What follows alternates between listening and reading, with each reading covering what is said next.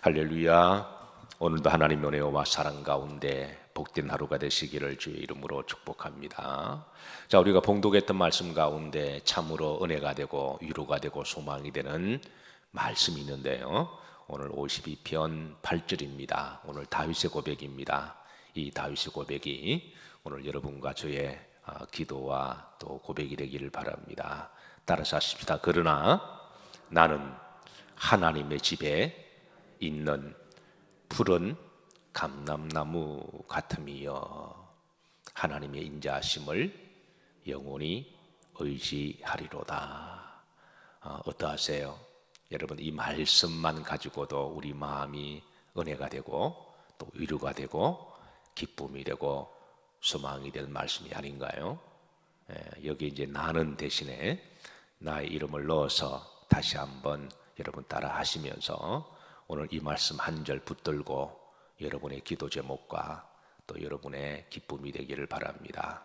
따라서 하십니다. 그러나 기만세는 하나님의 집에 심기워진 푸른 올리브나무 같음이요 하나님의 인자심을 영원히 의지하리로다. 아멘. 자, 오늘 말씀의 제목은 포악한 자의 하나님의 심판과 종말입니다. 우리가 지난번 이 포악한 자의 성질이 어떠한 성질과 어떤 삶을 살았는지, 이제 역사적으로는 도액을 이제 실제 사람을 두고 있지만 또 영적으로 보면 매 시대마다 항상 이런 포악한 자들이 있습니다. 그리고 이 포악한 자의 이제 궁극적으로 상징하는 자가 바로 이 마귀를 말하죠. 적그리스도를 또 비유하고, 또 적그리스도형에 미혹되어서 자기가 마귀짓 하는지도 모르고 악한 짓을 행하는 사람들이 항상 시대마다 이런 자들이 있습니다. 그래서 하나님은 이런 자들의 사악하고 포악한 짓을 이제 한동안 지켜보시다가 그리고 때가 되시면 하나님은 반드시 심판하시는 하나님의 심판과 종말을 담고 있는 그런 말씀인데요.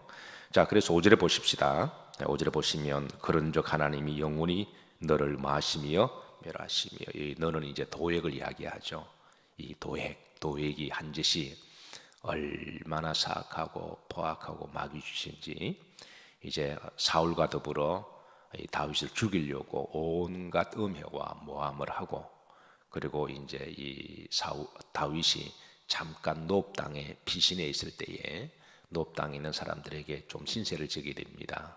특별히 제사장들의 도움을 받아서 잠깐 도망 다니는 그 여정 가운데 잠깐 신세를 지게 되는데, 이것을 도액이 어떻게 알고 사울 왕에게 온갖 모함을 이제 거짓을 구해서 다윗이 놉 땅에서 반란을 꾀하고, 그리고 이제 악한 짓을 한다라고 고하고, 사울은 여기에 거짓된 모함을 받고 분기충천해서 이 다윗을 죽이고 다윗을 도와주었던 사람을 다 죽이라고 그렇게 명령을 하죠.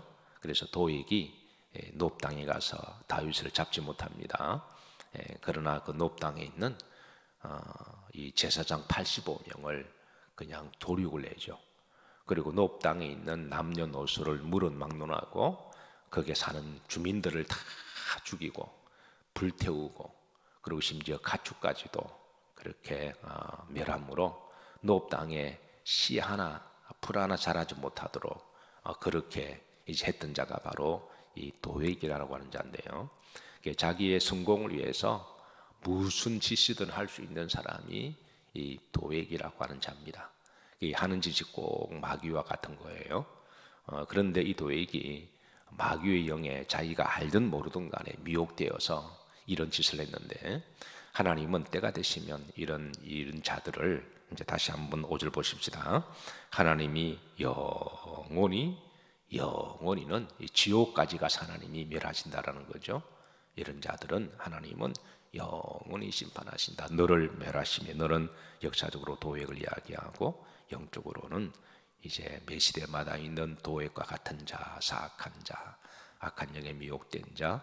계시록 19장에 보면은 이제 마귀의 종말을 영적으로는 이 마귀에 대한 하나님의 심판의 말씀이기도 해요. 자, 너를 붙잡아 내 어디에서 장막에서 뽑아 그랬습니다. 이 하나님이 행한 대로 지금 갚아주시는 것을 말씀하고 있습니다. 도액이 높 땅에 살던 사람들을, 삶의 뿌리를 내리고 살아가는 사람들을 씨를 말리지 않고 다 죽였고 뿌리를 후손들을 다 죽였으니까 하나님도 똑같이 그렇게 지금 하신다라는 거죠. 내 장막에서 뽑아 내며 살아있는 땅에서 내 뿌리를 마리로다 빼시리로다. 그러니까 도액에게 자손 후손이 없도록 하나님이 완전히 그냥 뽑아버려서 아예 없게 하시겠다. 행한 대로 갚으시는 하나님의 심판을 지금 알려주고 있습니다. 자, 우리 속담에 내가 다시 마시지 않겠다고 침 뱉고 돌아선 운물을 나중에 다시 찾는다라는 말이 있습니다. 도액이 바로 이런 하나님의 심판을 당하고 있습니다. 자, 이 하나님의 심판을 보고 의인의 반응입니다. 6절입니다. 합독합니다. 의인이 보고 두려워하며 또 그를 비웃어 말하기를. 여기 의인이 보고 그동안 이거를 지켜보았던 의인들이 도액이 행한 짓들, 사울이 불신앙적으로 행한 짓들, 불의한 일들, 그동안 얼마나 마음이 아팠을까요? 얼마나 많은 기도했을까요? 사울이 40년을 이스라엘을 통치했거든요. 불신앙으로, 불법으로. 그럴 때의 그 40년 동안에 그 믿음과 기도와 신앙으로 살았던 의인들이 얼마나 마음이 답답했을까요? 얼마나 마음이 안타까움이 있을까요? 그런데 하나님이 이제 이런 사울을 멸하시고 도액과 같은 자를 하나님이 때가 돼서 멸하실 때에 하나님에 대한 두려움, 하나님은 살아계시구나. 하나님은 사랑의 하나님이시지만 실로 무서운 하나님이시다. 여기에 대하여 이제 의인의 그런 고백입니다. 그리고 후렴지를 보시면 또 그를 비웃어 말하기를. 그는 바로 도액과 같은 자를 이야기합니다. 도액이 심판당할 때 우리가 인간적으로 좀 웬만한 사람들이 어려움을 당하면 우리 그리스도인들은 동정을, 심퍼티를 느끼죠.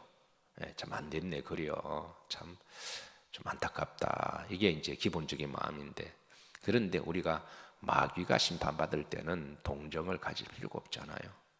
마귀 보고 불쌍하다, 하나님이 심하시다, 그렇게 말할 수 있는 성질이 아니거든요.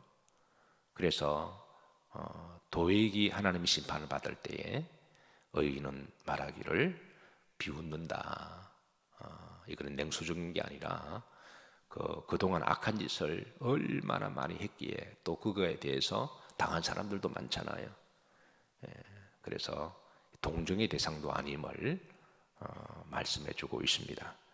자, 7절입니다. 이 포악한 자의 어떤 삶을 살았는지 다시 한번 또 알려줍니다. 세 가지를 7절에 알려주고 있는데요.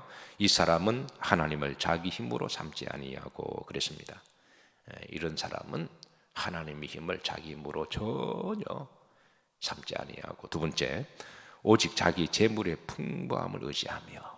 이 악한 짓을 하게 된 그 배경 중에 하나도 결국은 이제 물질 때문의 힘을 또 알려주고 있죠. 이 재물의 탐욕. 어느 형사가 그러더군요. 모든 범죄 뒤에는 이성의 문제와 돈 문제와 연관되어 있다고. 그래서 어떤 사건이 터지면 그 큰 두 줄기를 쫓아가면 대부분 범인이 잡힌다고 그래요. 이 도액과 같은 자가 바로 이제 이 자기 재물을 의지하고. 그런데 하나님이 도액을 심판하실 때 그 재물이 무슨 소용이 있을까요? 자, 세 번째입니다. 자기의 악으로 스스로 든든하게 하는. 이 사람은 성공했던 모든 배경이 악으로 말미암아 쌓아 올렸던 거죠. 어떤 자기 실력이나 노력이나 선행이나 하나님의 도움으로 일어난 사람이 아니라 순전히 악한 짓을 해서 정상까지 올라갔던 사람. 그런데 하나님은 때가 되면 이제 심판하신다라는 거죠.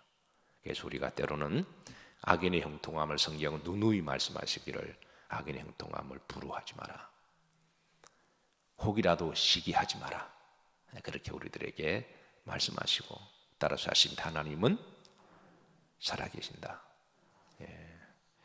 자, 그리고 이제 8절에 여기에 반전을 합니다. 그러나 나는, 그러나라고 하는 것은 이 악인의 삶을 대조해서 악인은 그렇게 살았지만 도액은 그렇게 한때 승승장구하고 권력을 손에 쥐고 칼춤을 추었지만 일길거리고 웃고 자기 세상인 것처럼 그렇게 하고 또 하나님을 대적하고 믿는 사람들을 핍박했지만 그러나 나는, 따라서 하십니다. 그러나 나는, 그런 중에도 그러나 나는, 따라서 하십니다. 하나님의 집에 있는 뭐 같음이요?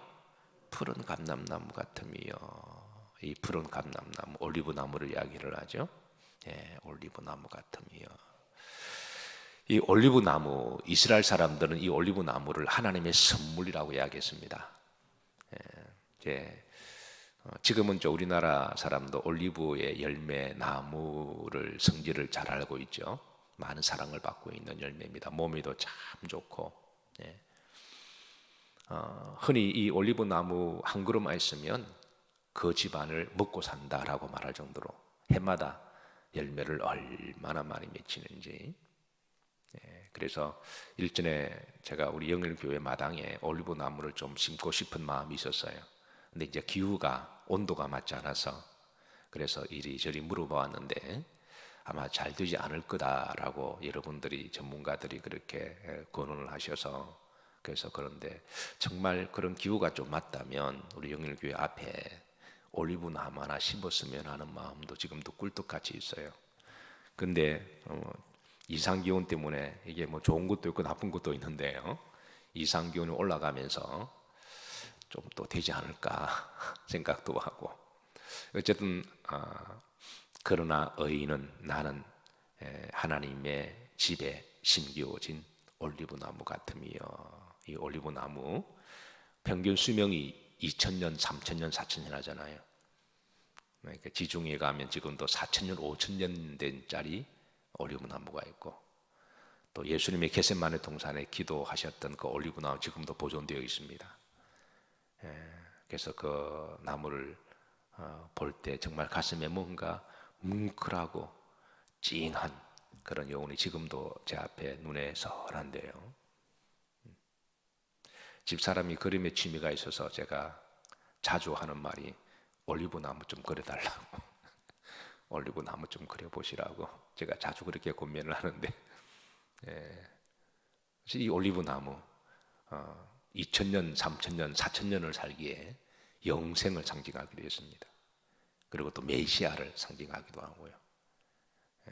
여호와는 나의 목자시니 주의 지팡이와 막대기가, 목자들이 들고 다니는 막대기가 올리브 나무로 만든 거잖아요. 그러니까 이 올리브 나무가 영적 주는 함의가 무궁무진하기 때문에 참 볼 때마다 여러 은혜에 젖어들게 만듭니다. 그리고 이 올리브 나무를 시편에 보면 126편에 보면 자녀를 또 올리브 나무로 비유한 것은 자녀들이 무병장수하는 부모의 마음을 담아서, 또 올리브 나무는 벌레도 잘 먹지도 않아요. 자체적으로 이게 이제 이 방어 자정 능력이 있어서 다른 나무들은 다 썩고 비틀어지고 그러는데 올리브 나무는 또 그렇지 않아요. 또 올리브 나무가 자라는 게 이렇게 빙 두르면서 자라거든요. 자녀들이 식탁에 둘러앉은 감람나무와 같이 부모 중심으로 자녀들이 빙 둘러서 함께 밥도 먹고 이야기도 하고 얼마나 보기 좋은 가정의 화목한 모습인가요. 그래서 이 다윗은 의인은 올리브 나무로 비유하고 있습니다. 그런데 여기에 보시면 어디에 있는? 하나님의 집에 있는, 하나님의 집에 있는, 하나님의 집은 성전을 이야기를 하죠. 하나님의 집에 있는, 있다라고 하는 이 동사를 이 두 가지로 번역도 가능한데요. 하나님의 집에 심기워진 올리브 나무 같음이요. 하나님의 집에 있는, 하나님의 집에 심기워진 올리브 나무 같음이요. 그리고 또 다른 번역은 하나님의 집에 뿌리를 내린 올리브 나무 같음이요. 어떤 나무든 뿌리를 내려야 되잖아요. 제가 자주 우리 성도님들에게 중요한 거는 제가 반복해서 말씀드리는데요. 성전에 복이 있기를 주의 이름으로 축복합니다. 성전의 복은 그냥 있는 게 아니라 그 자리에 뿌리를 내릴 때에 그게 이제 심기워진 아주 스트롱하고 아주 견실하게 그래서 뿌리를 내린 올리브 나무를 심는다고 해서 하루아침에 뿌리 내리는 게 아니죠. 그래서 늘 믿음과 기도와 예배의 자리에 있을 때 거기에서 그 자리에서 뿌리가 내려서 이렇게 깊이 들어가고 그리고 이제 나무가 튼실하게 견고하게 잘 자랍니다. 따라서 하십니다. 그러나 나는 하나님의 집에 뿌리를 내린 올리브 나무 같음이요 그랬습니다. 그리고 이어서 다윗은 고백하기를 하나님의 인자심을 영원히 의지하리로다. 그 의인은 누구냐? 의인은 푸른 감람나무와 같은 사람들이다. 그런데 그 푸른 올리브 나무가 뭐 술집에 나 있고 다른 데 있으면 안 되잖아요.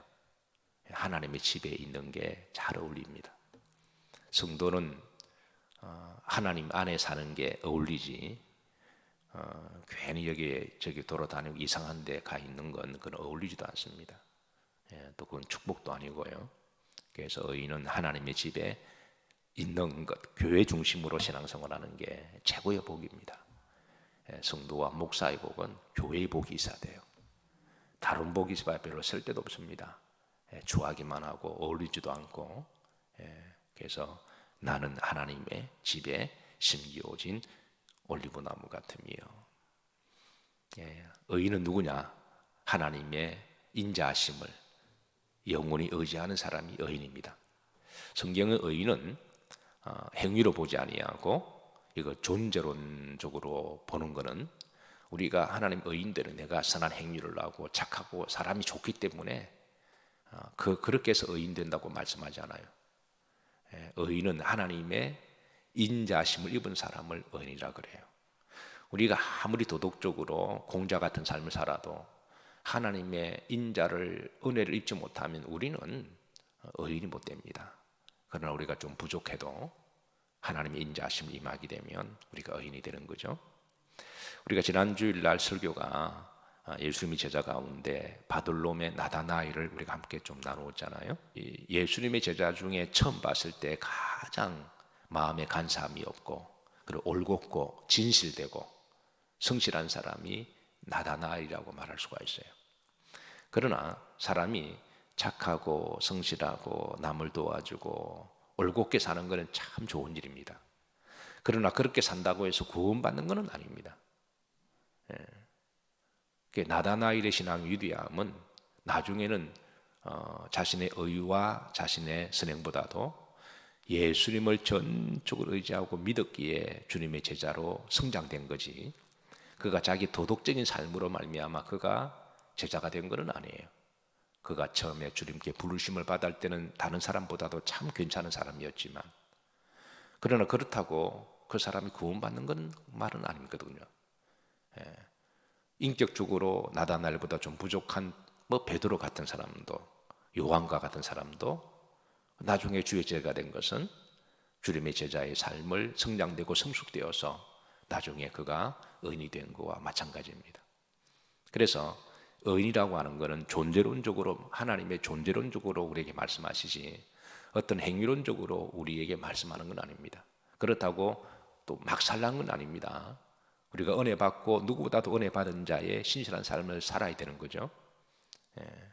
그래서 의인은 누구냐? 하나님의 인자심을 입은 사람들. 기본적으로는 하나님 인자가 없이 우리는 하나님의 자녀가 될 수가 없다. 그래서 다윗이 고백하기를 나는 하나님의 인자심을 영원히 말이로다 의지하리로다 그랬습니다. 하나님 인자심을 오늘도 바라보시고 의지하시고 또 오늘도 의인으로 살아가시기를 주의 이름으로 축복합니다. 자, 마지막 말씀, 자, 따라서 하십니다. 그러나 나는 어디에 있는 하나님의 집에 심기워진 뿌리를 내린 풀은 뭐 같음이요? 좀 수준 있는 물은 올리브 나무 같음이요. 하나님의 무엇을?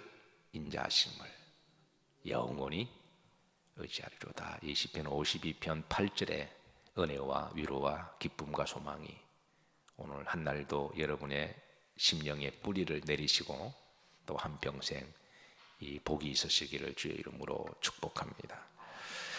자, 우리